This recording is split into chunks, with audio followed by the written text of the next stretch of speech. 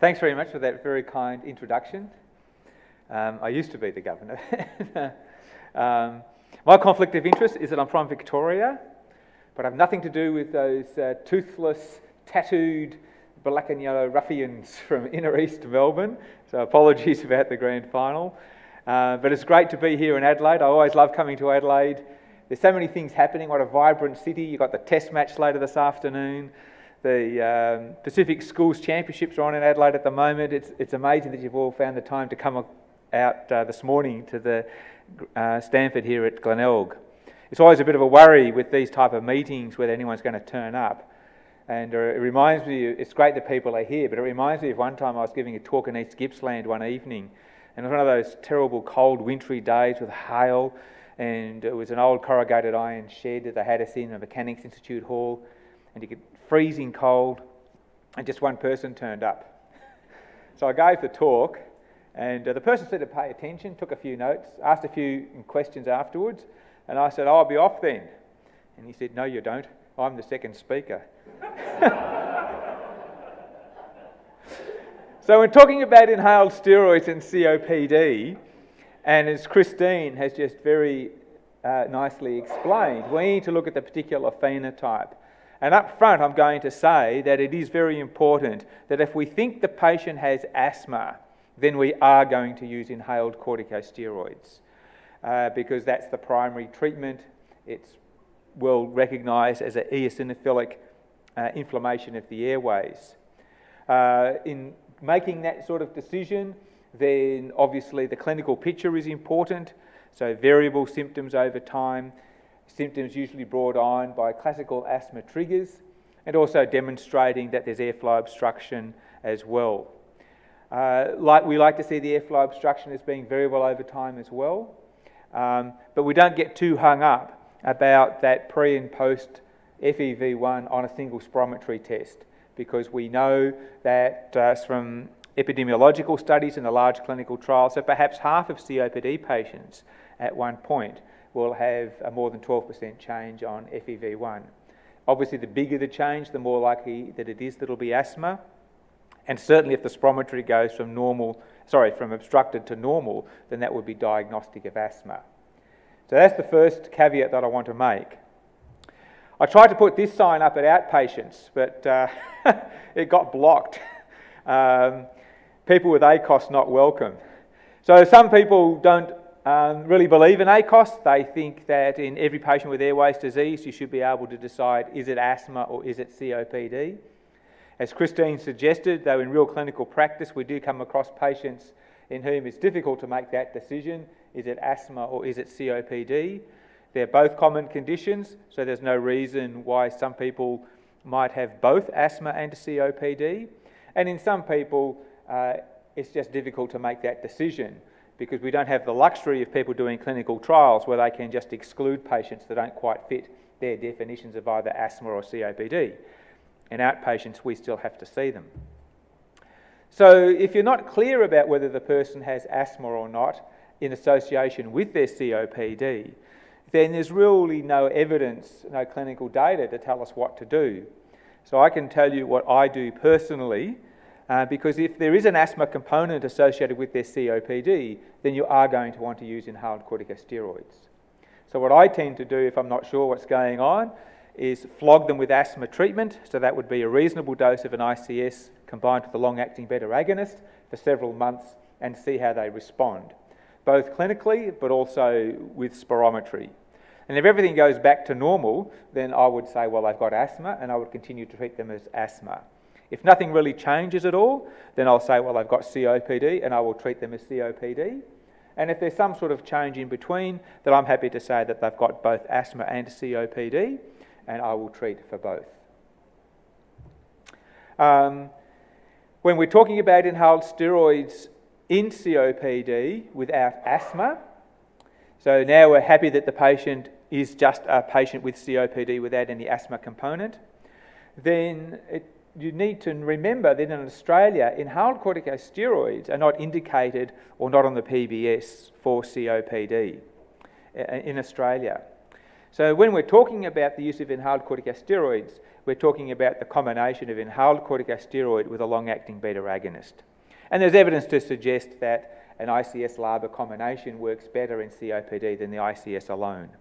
So in Australia, that means we're talking about Seretide, Symbicort or Breo, but not Flutoform, because it doesn't have an indication for COPD in Australia.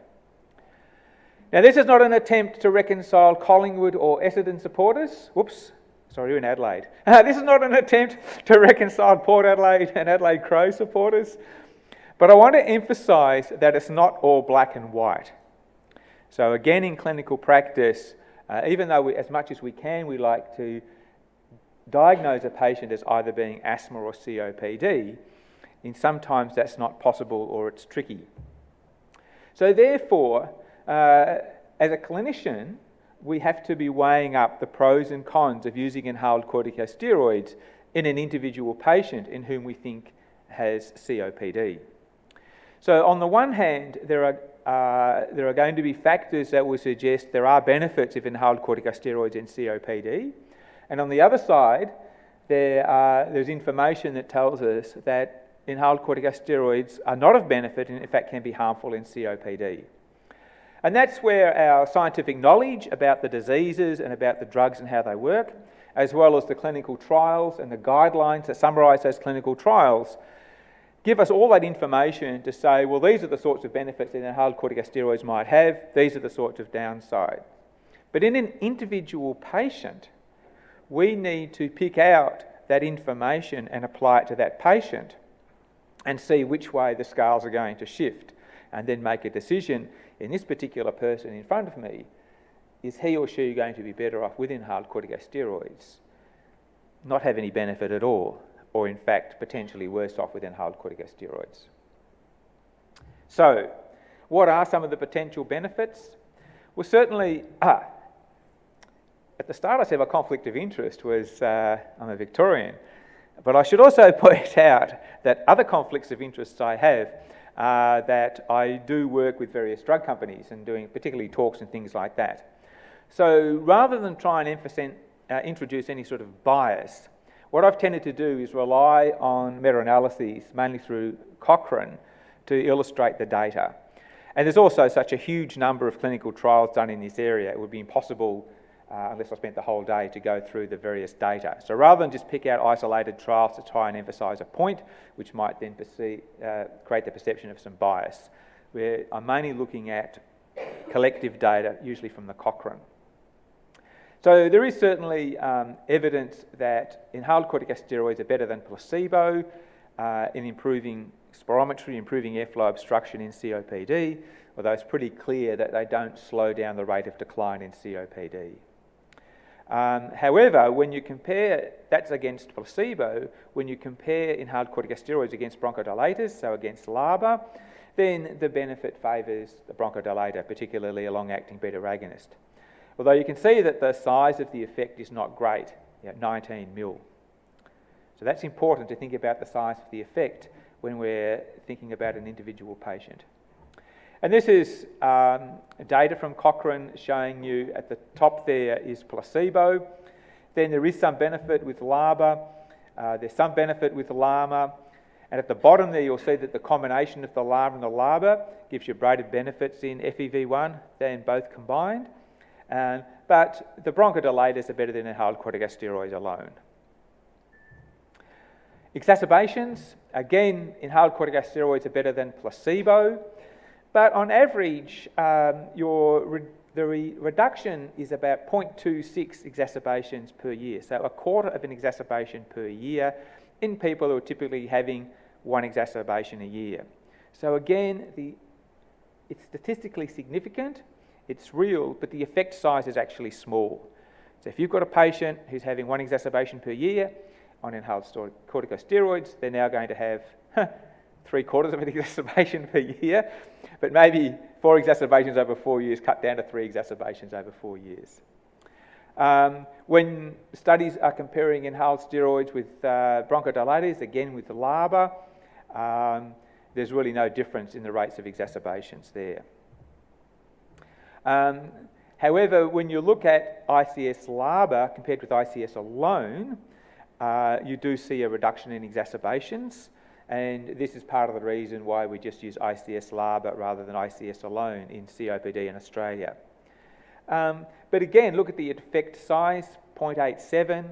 So you're reducing rates on average from 1.2 exacerbations a year down to 1.1 exacerbations. However, no difference in hospitalisations when all these different clinical trials are put together. So certainly there's a reduction in exacerbations, but not an elimination of exacerbations. Now, Christine pointed out that blood eosinophils might be a way of deciding whether or not inhaled corticosteroids are of use. And this has become quite topical at the moment. Ideally, what we'd like to do in clinical practice is to find out what type of inflammation is in the airways and then target our treatment to that specific type of inflammation. But the reality is that's not possible. Sputum eosinophils is difficult to do. Not all patients are able to produce appropriate sputum samples. The counts need to be done by hand. It's technically quite difficult. You need quite experienced people to do it. So that's not practical in clinical practice. And obviously we can't be doing bronchoscopies on all of these patients. So people have looked at blood eosinophils, and if you believe in post hoc analyses, then you will be looking at the patient's blood eosinophil counts. If you don't believe in post hoc analyses, then you'll be waiting for the definitive trials to come out in the next year or two. This was set up by this PASCO post hoc analysis of the Dransfield paper looking at BREO, so fluticasone furoate plus vilanterol, compared with vilanterol and COPD. And as you can see from that graph, that on the far left-hand side, this is when the blood eosinophils are less than 2%, and there is really no difference in having inhaled corticosteroids added to vilanterol. And then as you move across to 2 to 4% blood eosinophils, 4 to 6% and greater than 6%, then you can start to see that a reduction in exacerbations is occurring in those who are having inhaled corticosteroids added to their LABA. So this is a post hoc analysis. This prompted people to go back and look at other inhaled corticosteroid trials in which they had the data, the blood eosinophil data. And in most studies, these post hoc analyses have shown the same type of thing. The one big exception is the FLAME study, which is people find a bit surprising. Although in FLAME, they did exclude people going into the study if they had blood eosinophils more than 6%. So some people think that this is enough evidence to justify looking at blood eosinophils, and if they're low, then not using inhaled corticosteroids in COPD. Other people are waiting for the definitive trials. That's a decision you'll have to make yourselves. However, be aware that blood eosinophils do change over time. So phenotypes within COPD, if you're looking at a blood eosinophil phenotype, the patient doesn't necessarily stay the same all the time. And of course, if they're getting prednisolone at various times, that's going to really suppress blood eosinophils, which might then mask someone who does have blood eosinophils. So that's a controversial area where there's no clear-cut evidence at the moment. At the APSR that Christine and I were at last week, Vidisha did say that in the GOLD guidelines that came out earlier in the year, they argued a lot about whether or not they should recommend people looking at blood eosinophils. They eventually decided against it. Because the patients are really interested in their quality of life, and again, there's data to support the use of inhaled corticosteroids. So comparing inhaled steroids with LABA, the St George's Respiratory Life Questionnaire, mean difference of reduction in 0.74. Anyone here from England? Oh, good, I can say this. So the St George's Respiratory Life Questionnaire is an English questionnaire on quality of life. And it says something about the English psyche, because the more negative you are, the better your quality of life.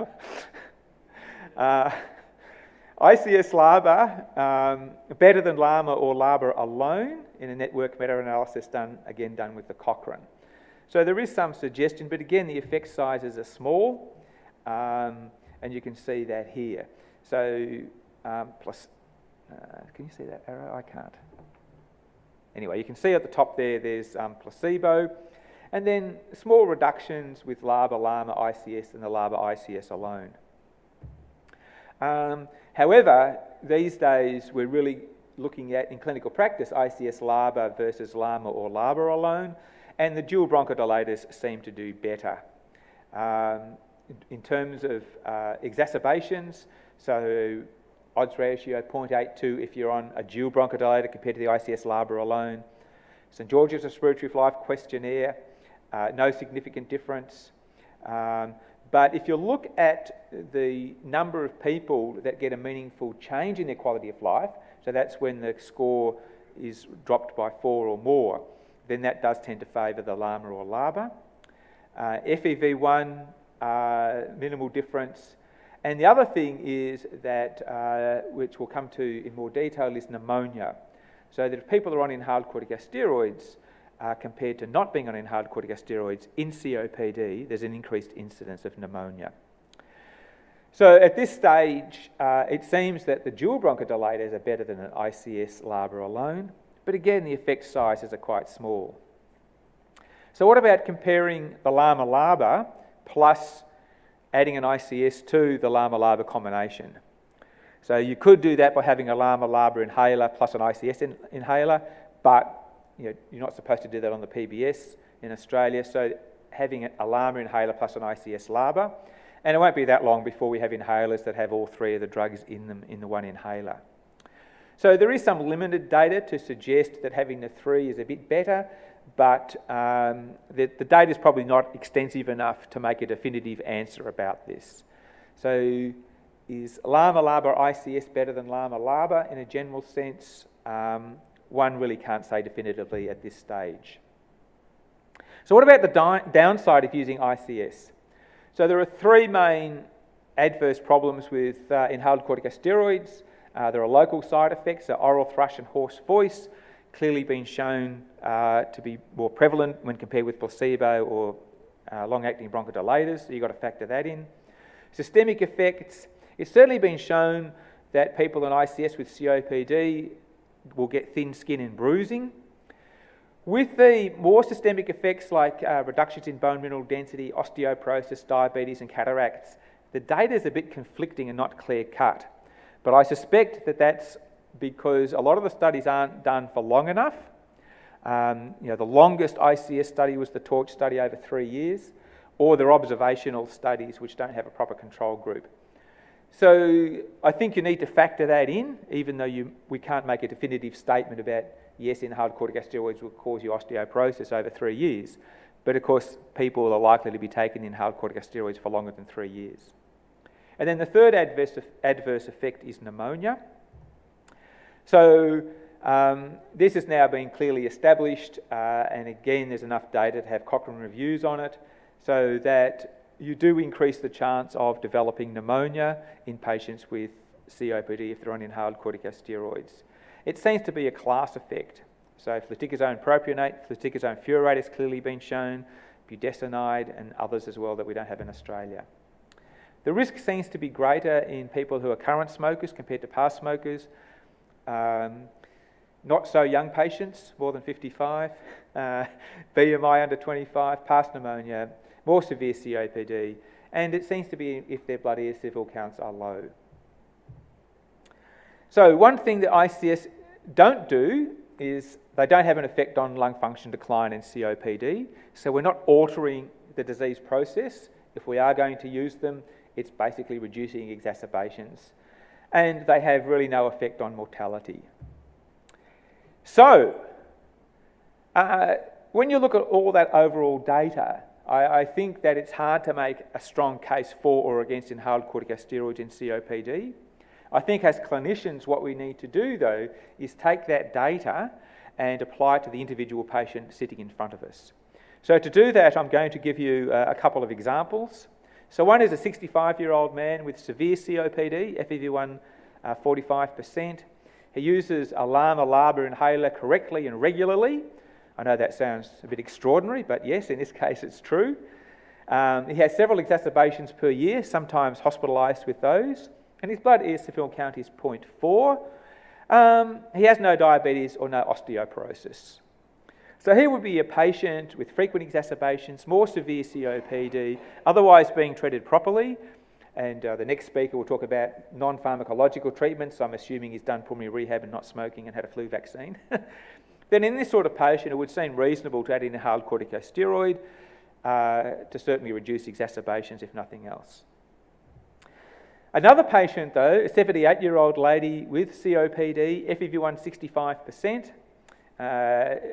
She's been placed on large-dose ICS LABA inhaler, which is very common. No exacerbations or hospitalisations. She has osteoporosis with crush fractures. She has thin skin with bruising. She gets oral thrush. Her blood eosinophils are consistently 0. I mean, does this patient really need to have inhaled corticosteroids? Certainly, if she wasn't on them in the start, you wouldn't start them because of the adverse effects, minimal benefit. You might argue that, well, she's not having exacerbations because she's on inhaled corticosteroids. But on the balance of things, you're going to have to think hard about, really, does this patient need inhaled steroids?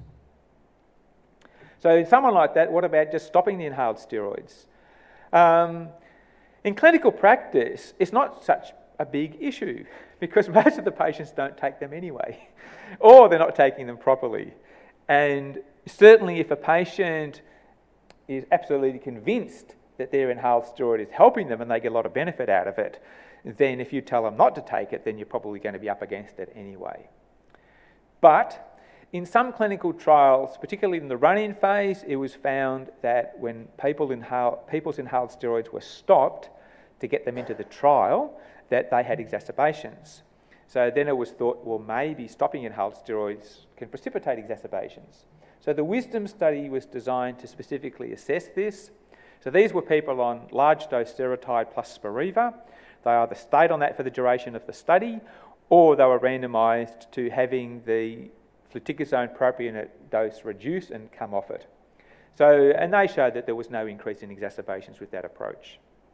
So I think if we think that a patient doesn't really need inhaled corticosteroids, then we can certainly stop it. The final thing I'll say is if you are going to use inhaled steroids, think about the dose. Now, when Brio was introduced, the FDA said it had to have dose ranging studies, and they did. And what they found was that when you go above 100 a day of the fluticasone furoate, there's no extra benefit, just extra side effects. So in Australia, we have two strengths, 100 and 200. Only the 100 is indicated for COPD. The others, like seretide and Symbicort, were mainly tested with the higher doses, and that's what we have. Although, again, just a conversation at afternoon tea with Vidisha, she said that, in fact, there are some studies done with seretide at lower doses showing the same benefit. So I think really carefully think about the sort of dose that you're going to use and don't just give everybody industrial doses. Thanks very much. Hope you enjoy the cricket this afternoon or this evening.